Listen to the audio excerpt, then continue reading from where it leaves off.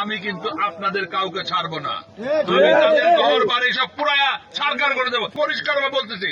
এটা মনে করেন আমি ভয় দেখাচ্ছি, বলে দিতে পারেন যে দিয়া ইয়েতে ফেসবুকে ছেড়ে দিতে পারেন, আমার অসুবিধা নাই। আমি এটা মিন করতেছি। ক্ষমতায় বিএনপি থাকে আর যদি আপনারা অন্য দলকে ভোট দেন, আমি কিন্তু আপনাদের কাউকে ছাড়বো না।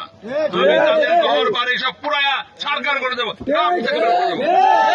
আমি কিন্তু কথা খুব পরিষ্কার ভাবে বলতেছি।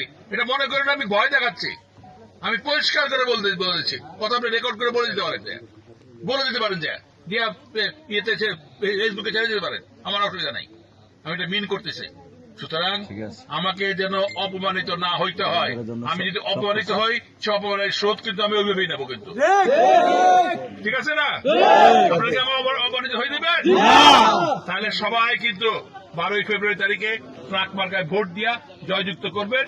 মঞ্জুর হাসান মুন্সিকে অপরাধ হাত থেকে রক্ষা করবেন। তারেক রহমানকে সরকার গঠনের সহায়তা করবেন। গুণাগার পাঠীদের সহায়তা করবেন। বিসমিল্লাহির রহমানির রহিম।